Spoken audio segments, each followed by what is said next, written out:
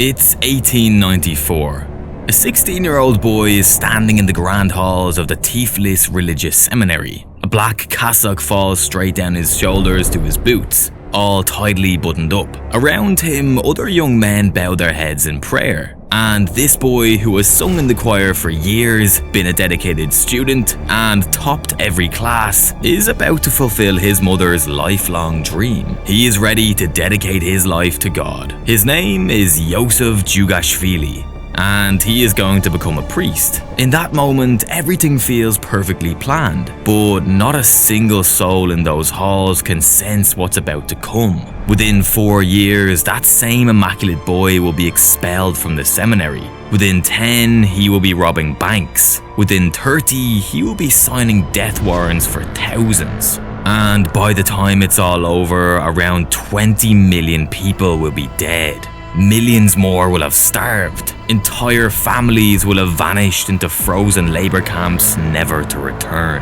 And the boy who was supposed to spend his life serving God will be the reason. So what happened between the seminary and the slaughter? And how did the boy who was supposed to become a man of God end up becoming the brutal executor of 20 million people? This is the story of a boy who started as a priest on his knees in prayer, but ended up bringing his entire nation to their knees before him. This is the most terrifying and transformative life story of Joseph Stalin.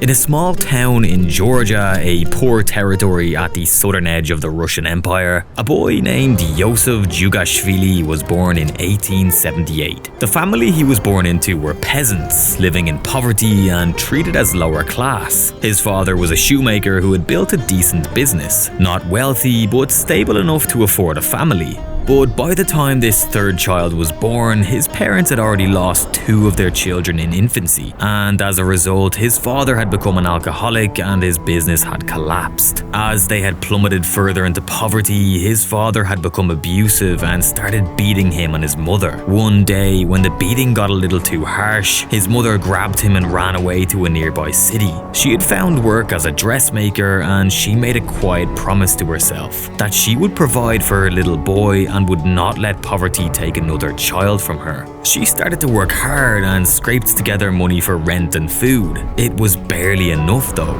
They were forced to move 9 times in just a few years, and their diet was so poor that the little boy was often sick. At one instance, he caught a bad smallpox infection which left him with facial scars so bad that he would carry them for the rest of his life. However, his mother had a dream she was not willing to give up on. She was religious and wanted her son to become a priest, a man of God with dignity, comfort, and a future. So she sent him to school, and he excelled there. He took great interest in the religion. He started to adapt and follow religious teachings. He sang in the church choir. He kept himself neat and organized. He learned Russian so fluently that he was quickly moved into the highest class. And finally, at 15, he fulfilled his mother's dream by earning a full scholarship to a seminary. His mother got so happy at the news that she started to cry. But little did she know that this same little boy with A+ grades and immaculate manners would soon grow up to become the notorious Joseph Stalin, the coldest and most ruthless dictator Russia has ever seen.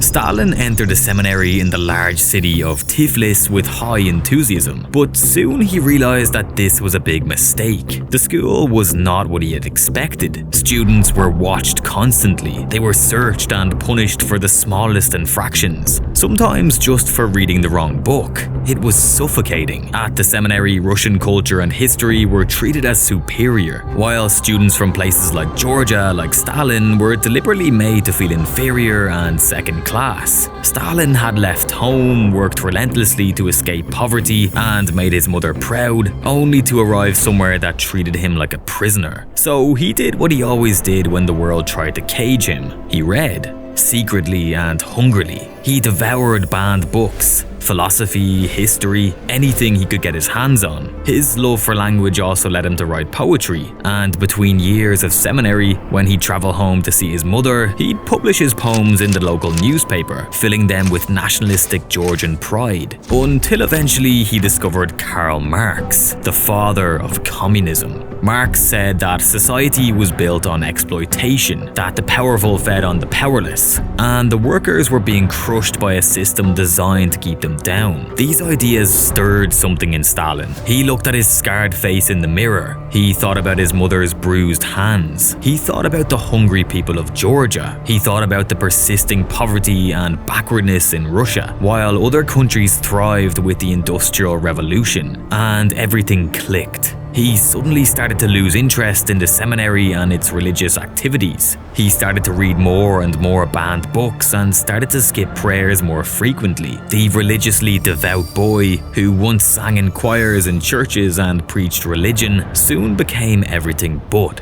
His newly forming ideology turned him against the seminary and everything that was taught there. And soon enough, the priests caught up to him and his new interests. In a punishment that came as a real blow to his mother, Stalin was expelled from the seminary.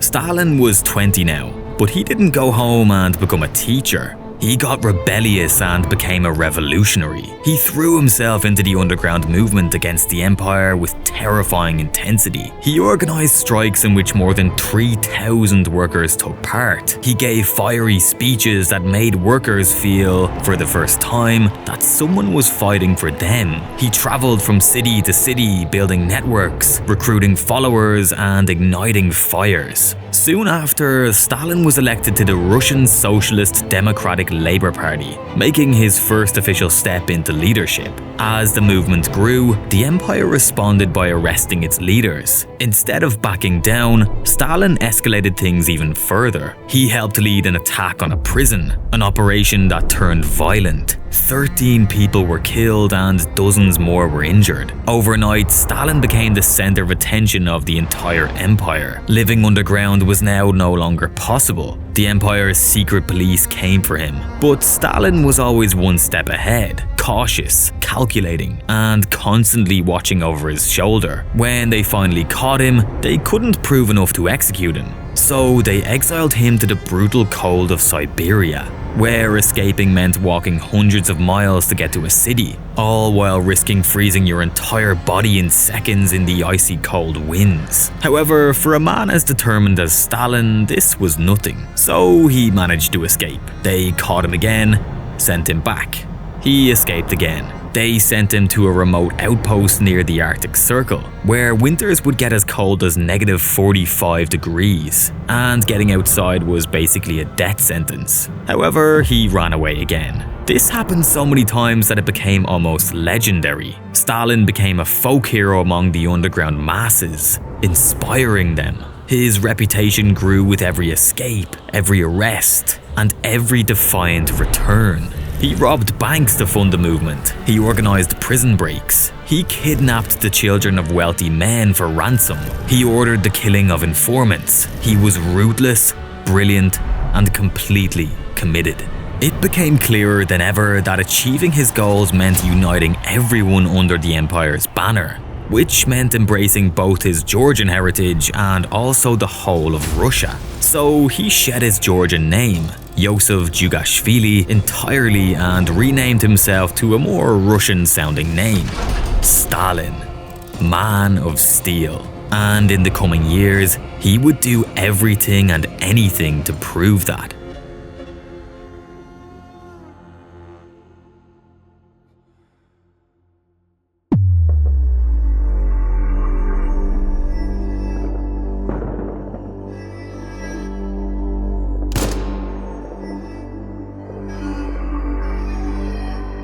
In 1917, the Russian Empire finally collapsed. 8 days of violent protests and direct clashes between people and the police in the streets were going on. They stopped the railroads, stranding Nicholas II, the Emperor of Russia, in his train. Fearing for his life, he gave up his throne, and in an instant, the empire was disbanded. The revolution Stalin had spent his entire life fighting for had finally arrived. Vladimir Lenin, the leader of the Bolshevik Party, whom Stalin had served throughout the Civil War, became the first head of the new Soviet state. Due to his loyalty, Stalin was given authority over Russia's ethnic regions, including his homeland of Georgia. But Russia didn't find peace. It found civil war because the people were still unhappy. They were protesting about the food shortages and unemployment as the new government of Vladimir Lenin continued to slaughter them, and Stalin slaughtered beside it. He repressed nationalism with a ruthlessness that left people in terror. He ordered hostage-taking and mass executions. About 8 million people died, 5 million more starved, and through it all, Stalin proved himself a loyal member of Lenin's party, a brutal, brilliant organizer who would do whatever it took to win. And Vladimir Lenin noticed. By this time, Lenin had just established the Union of Soviet Socialist Republics, the USSR, and he needed help with leadership. Impressed by his strength and his successful record, Lenin made Stalin General Secretary of the Communist Party. It seemed like an administrative role, a bureaucratic position, but it was the most powerful job in Russia, and Stalin took full advantage of it. He used it to place his allies everywhere and push his enemies out. And when Lenin grew ill and died in 1924, there was no one left who could stop him. Stalin was 44 years old, and the country was his.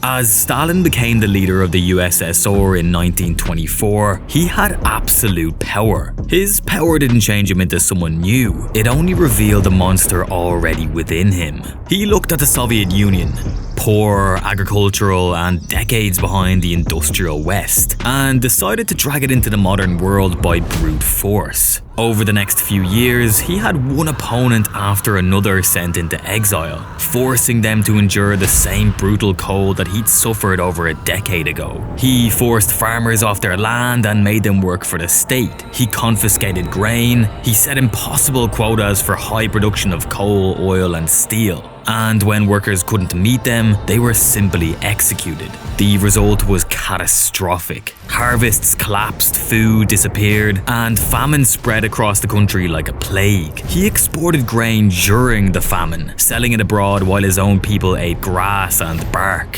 Whereas he, the same boy who had grown up hungry and had watched his mother starve, sat in the Kremlin and watched 5 million people die of starvation. It reached a point where people were so desperate that they turned to cannibalism. However, Stalin's response was to send more soldiers. Millions were thrown into forced labor camps and hundreds of thousands were shot. The man who had once written poetry about Georgian pride was now destroying the very people he claimed to be liberating. But the worst was still to come. By the mid-1930s, Stalin had everything he had dreamt of: power, wealth, and authority over everything and everyone. But paranoia has no ceiling. He began to hear whispers, murmurs of dissatisfaction, people who remembered the revolution and wondered what had gone wrong. So Stalin did something that shocked even his closest allies. He turned on his own people. He assassinated a popular politician and then used that murder as an excuse to arrest everyone he'd ever feared. Heroes of the revolution, military generals, party members, ordinary citizens. They were all dragged from their homes in the middle of the night, tortured until they confessed to crimes they hadn't committed, then shot. By 1938, over 750,000 people had been executed. Millions more were in labor camps. The Great Purge didn't just destroy Stalin's enemies, it destroyed an entire generation of Soviet leadership, including the scientists, the generals, and the thinkers who might have made Russia great. It left behind a country so terrified that no one dared whisper a single word against him. And that was exactly what Stalin wanted.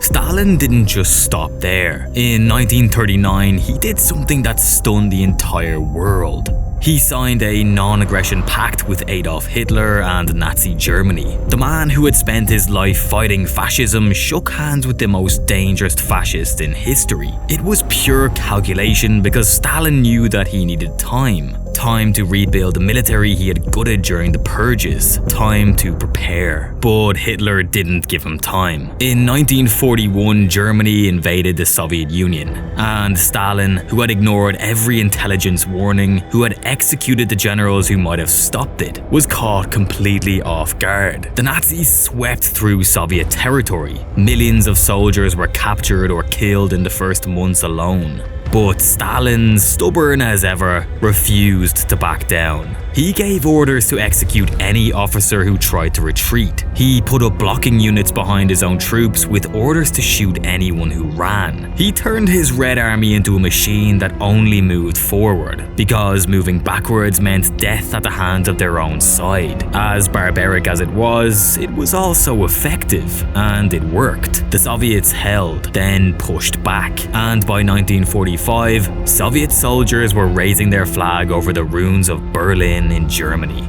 The Soviet had won, but the victory came at a cost so staggering it's almost impossible to comprehend. Nearly 27 million Soviet citizens died, yet it was still not over for them.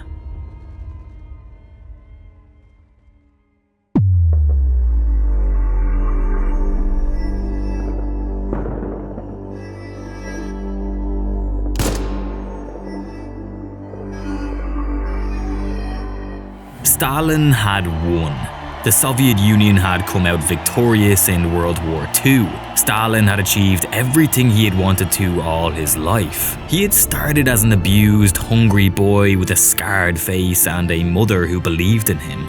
He was once the choir boy who sang hymns and dreamed of God, the poet who wrote about Georgian pride, and the revolutionary who escaped Siberia and inspired thousands. And then, somewhere along the way, he became the man who ordered the deaths of 10 million people without blinking, and starved millions more. A man who built a system of terror so complete that an entire nation learned to be afraid of its own thoughts. Yet, it didn't bring him peace. After the war, as Stalin aged, he only became more restless, and the paranoia only deepened. His mind was so scarred that he began to see enemies everywhere. Old allies were arrested, returning war heroes were imprisoned as suspected traitors, and in his final years, he turned his suspicion towards Soviet Jews, framing them as traitors, putting them on trial, and preparing what many historians believe would have been another mass purge. But unfortunately for him, and fortunately for millions, his body gave out before his cruelty could. In March 1953, as Stalin had taken to himself at his dacha in the Moscow suburbs, he suffered a massive stroke. He lay unconscious on the floor of his bedroom for hours because his terrified guards were too afraid to check on him without permission. When they finally found him, it was too late. Stalin was dead.